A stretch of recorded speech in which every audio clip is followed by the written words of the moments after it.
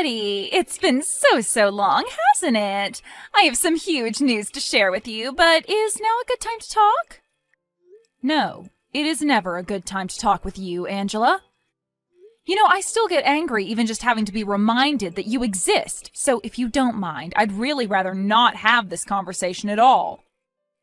Wait, what? Now hold on for just 1 second there. I mean, you haven't heard from me in years, and this is the way that you choose to greet me? Don't you think you're being just a little mean? Are you telling me that you've already forgotten what you did to me? I thought we were friends, or at least friendly, and you stabbed me in the back. You have really got some nerve coming to me asking if I want to catch up about your life. Oh, but that was already 2 years ago. You really have got to get over these things, Betty. I mean, what is there even left to be mad about? It all happened so long ago. Well, I don't care how long ago it happened. I am never, ever going to forgive you for what you did to me. I mean, our daughters used to be friends at preschool.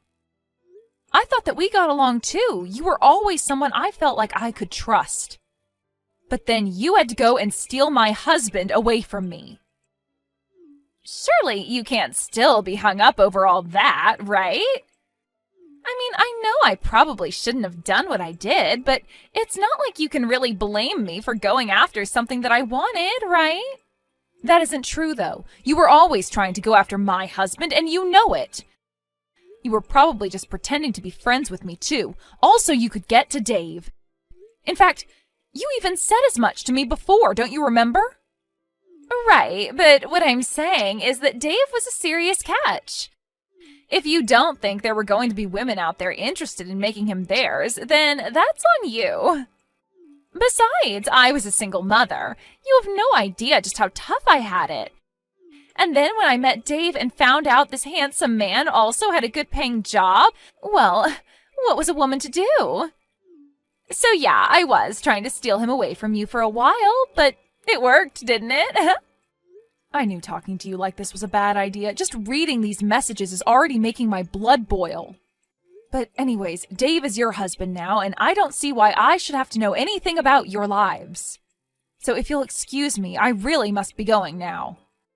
But wait, you can't leave yet. I haven't even gotten to talk to you about my big news. You see, the thing is that yesterday, Dave passed away. So anyways, I just wanted to let you know that I'm a single mother once again. Wait, are you serious? Dave is dead? Yeah, he had been complaining about some kind of chest pains for a while, but then he was also complaining about always being too busy with work to go and see a doctor. And then yesterday he just collapsed at work and never got up. It sounds to me like he had a stroke. I see. Well, thank you for sharing that information with me. I really had no idea that Dave was gone. I guess this means that I'll have to break the news to little Julia then. He really was taken from this world too soon. Like, couldn't he have waited just a little longer? Can you believe that we were only married 2 years before he kicked the bucket? You know, I have a lot of things I want to say to you, but for now, just know that I really am sorry for your loss. I hope that wherever he is, Dave is in a better place now. Thank you for those kind words, Betty. But you really don't need to waste any time worrying about me, you know. I may be single again, but I'm not going to let that get me down. I'm going to move on with my life. And it also helps that I get everything in Dave's will, too. I'm sure that all that money will help me in recovering from my tragic loss. Wait, what do you mean? Dave left you money in his will? That's right. I really just can't believe he's gone. I mean, I was just starting to really enjoy the life of being a wife of a CEO. But now that he's gone, I guess that just means that I'll have to have enough fun for the both of us. Well, I'll try and avoid speaking ill of the dead. But if you have to give him credit for anything, Dave knew how to run a business. Not only that, but he was never once late with a child support payment, but I guess he must have also set something aside for you as well. Oh yes, he did. And I was going to take that money, go to South Korea, and get plastic surgery. Then I'm going to be the hottest widow on the market, and it is going to make finding a new man to sweep me off my feet that much easier. Oh man, maybe things will finally go well for me. Wait a second, Angela. Don't you think that you're being just a little disrespectful right now? What are you talking about? In what way am I being disrespectful? Well, I mean that you're bragging about the money you're going to inherit from Dave, and not only that, but you said you were going to use it to find a new husband. Don't you think there should be a longer mourning period or something for him? I don't really see how the amount of time I spent mourning is going to make any other man want me more. If anything, it'll just make me look like some depressed widow who is too sad to remarry, and I really don't think that's what Dave would have wanted for me. I'm not saying that you don't deserve to be happy in your life, but the funeral hasn't even happened yet, right? Should you really even be thinking about the inheritance this early after he's gone? I knew it! I knew that you were just jealous of how much money I was going to be getting, but anyways, now you know what's happening.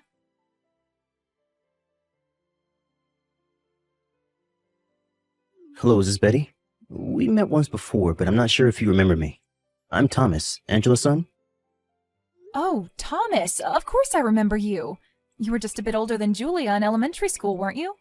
I just wanted to say that I'm very, very sorry for your loss. I'm not sure how close you and Dave managed to get before he passed, but I'm sure this is hitting you quite hard.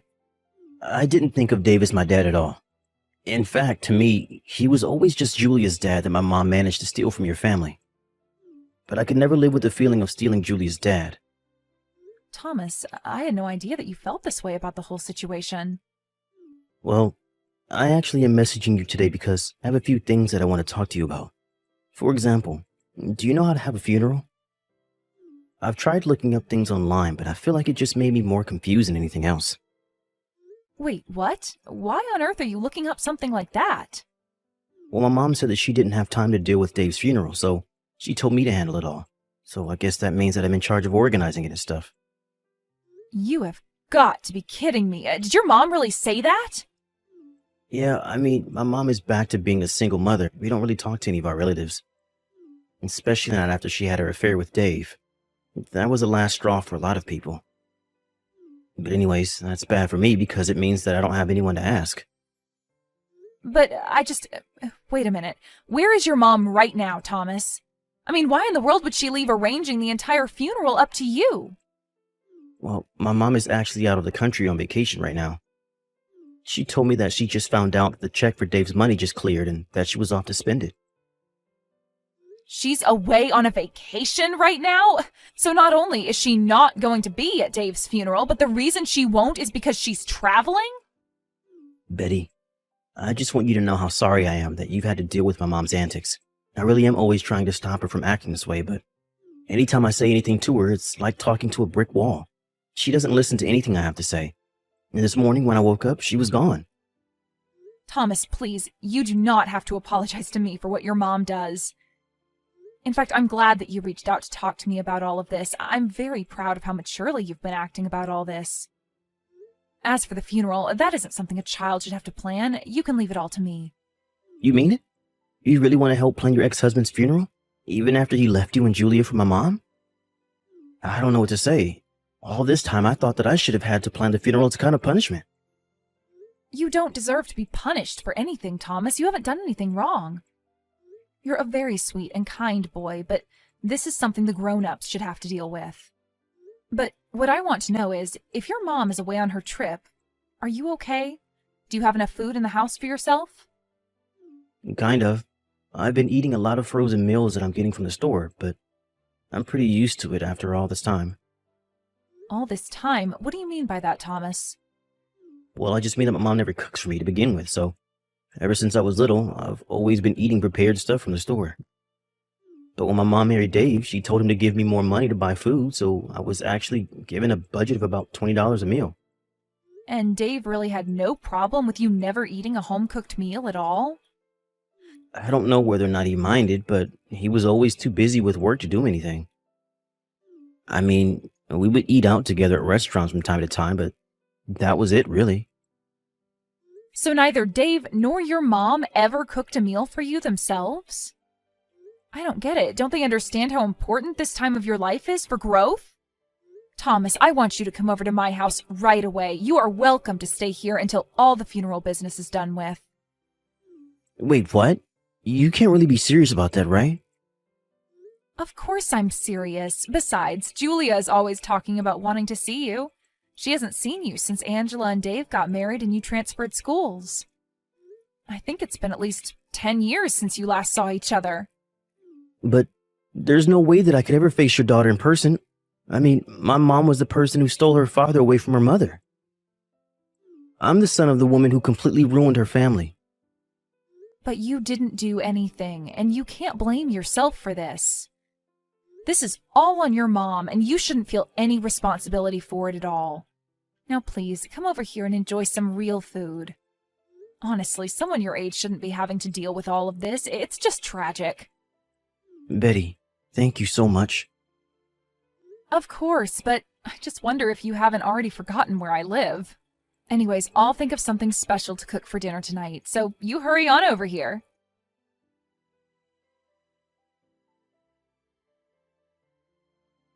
I heard that you stepped in for my son and ended up organizing the whole of Dave's funeral. Even to the end, I guess you never really were over him, were you? Why else would you step up and take over for Thomas like that? You have got some nerve asking me that. Why in the world was it up to your son to hold the funeral anyways? I mean, he is barely a teenager. There is no way he would have been able to do all that by himself. Honestly, what in the world is the matter with you? Didn't you feel a need to pay your respects to Dave at all? What more do I need to respect him for when I have all of his money? You really are a rather sentimental person, do you know that? And just what is that supposed to mean? I mean that you did all of this for Dave when you two aren't even married anymore. I certainly hope that you didn't hope to get anything from me by doing this. Because if you think that I'm going to share a penny of what Dave left me, then you are very, very wrong. Oh, please, do you really think that that's why I stepped in to help your son? I am really getting sick of all your wild delusions, Angela. Here I thought that you would have wanted to show some kind of emotion to Dave's memory, but instead I'm the one having to host the funeral all by myself. There you go, trying to guilt me into giving you something. I knew you would try this. But unfortunately for you, it isn't going to work. I've already told you that you aren't going to see a single penny. Dave's inheritance is all mine. So don't bother trying to kiss up to me. It won't work. You do know that Dave and I never actually got a divorce, right? And just what is that supposed to mean? I mean that had we actually been divorced, then you would have the rights to his will. But the fact is that Dave and I never finalized the divorce, so we were just separated. But legally, we were still married. So basically, I have a much stronger claim to his estate than you do. What in the world are you talking about? That doesn't make any sense. Dave and I were married for 2 whole years before he died. That's the reason why I stole him from you. Besides, I know for a fact that we signed the wedding documents and everything. But did you actually see Dave ever take them to the courthouse for processing? Of course I didn't. Why would I both need to follow him all the way there? I signed the papers. That means we're married. It really is as simple as that. After we signed the documents, I left it all up to Dave to take care of. Well, then I think that Dave might have tricked you because you two were never married. You really have no idea what you're talking about. Do you know that? Oh, I'm afraid that I do, though. You see, I never forgave either of you for your affair. And one way that I got my revenge was by refusing to divorce Dave. It would have been so easy to just sign the papers and be done with it, but then I knew that that would make things even easier for him. I still carried around my grudge against you two, so I never ever signed any kind of divorce papers. You have got to be kidding me! I'm not at all. And Dave knew he had no choice but to go along with it, since I could have taken away his visiting rights to see our daughter. I told him that if he and I get divorced, that he would never, ever see his daughter again. You did what? But this doesn't make any sense. This is the first I'm hearing of any of this. Well, now you know that for the past 2 years, your so-called marriage to Dave was all a lie. But surely the courts would have seen that we were together. I'm afraid that it's not a matter of that at all. Dave's will lays out quite explicitly that his wife is to get everything. And that would mean that it all goes to me. It doesn't really say that, does it? Surely there's got to be a mistake here. My name has to be on that somewhere. There has to be a version around here with my name on it. Well, you said he died suddenly from a stroke, right? So what makes you think he would have even made something like that?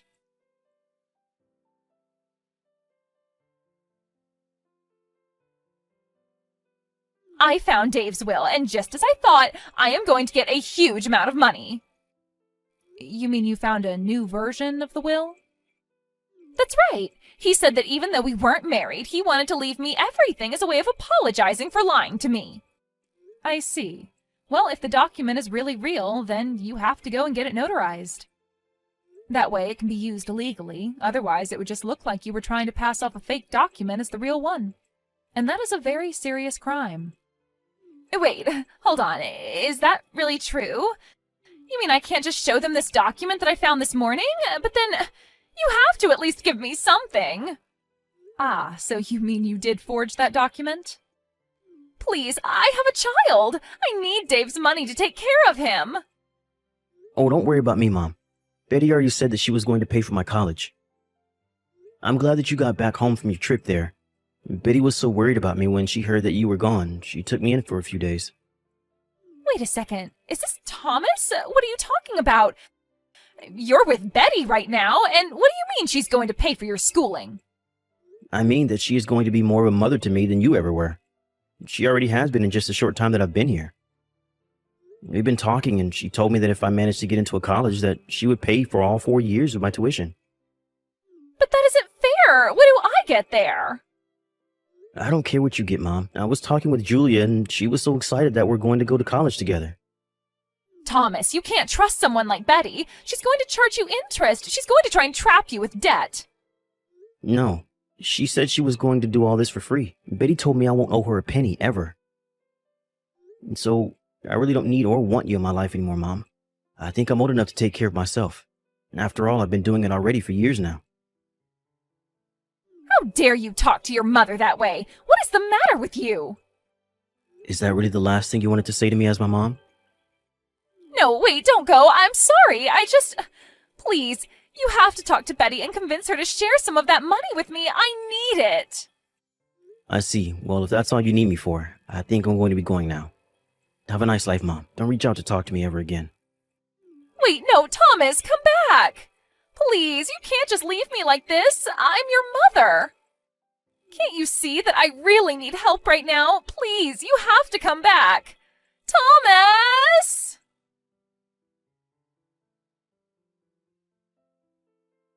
After that, I talked with Thomas and agreed to let him live with Julia and I.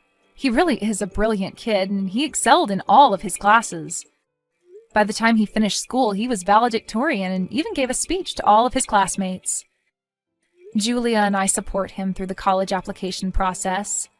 By the time he heard back from all the schools he applied to, he had 5 different full-ride offers to choose from. I continued to get harassing messages from Angela begging for money. She even hired a lawyer and tried to sue me. But she quickly burned through what little money she had left doing that, and it got her nowhere. Now that Thomas is in school, he tells me that he swears to pay me back one day. And I tell him that he has nothing to worry about at all.